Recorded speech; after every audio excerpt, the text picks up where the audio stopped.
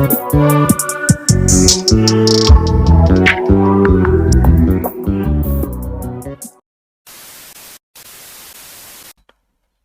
tunjuma hianin video karon ni le dona chuan tunjuma karon riak tur hi Esther Hnamte ania Jana Gana mana asakna ami ha karon riak dona chuan nizana mấy khanin video upload ta chuan video siam hri lawang ka tiama sengin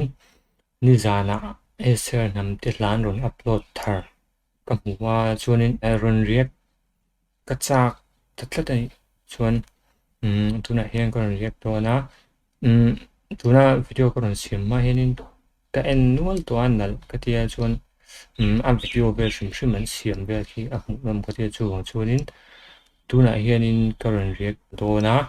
chuan tuna reactions kan lo than ha lang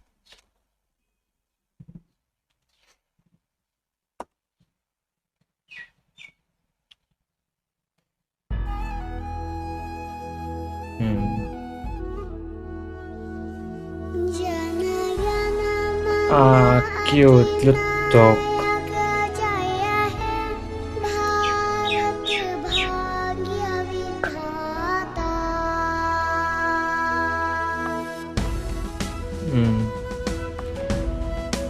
Anh video chẳng càng khóc mấy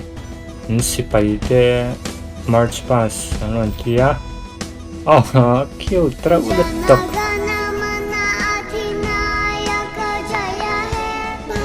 Esther hisu asai thiam ani khi an video khi huang a an ti ang em tu khi wi fin pahni an lo kaya an chu sipai tu chu ni he wi fin te hi an suai chin ta heng te hianin a video hi ati enge realistic ani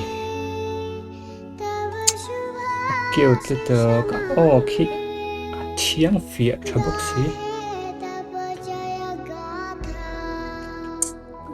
sadin nal thabok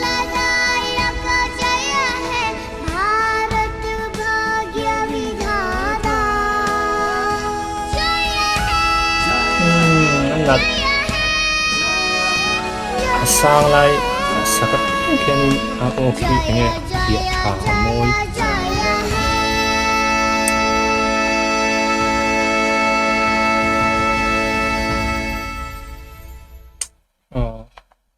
Asawa chuanin tihan a hmuh nam boka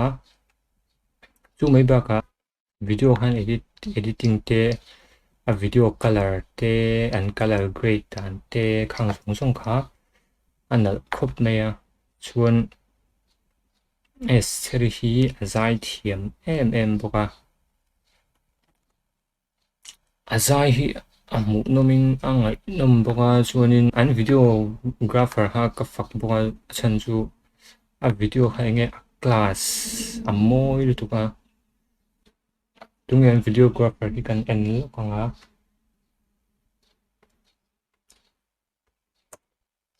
video chu Peter Video Productions ania Peter Video Productions a thiam hle mai chuan taksep video nal takin yama chuan kha jong kha tuna ka video ron riak le chuni seng ka video ha 20 ni chuan mino likes bokula chuan mino subscribe sakle bok do ni video danga kanin le thuai do ni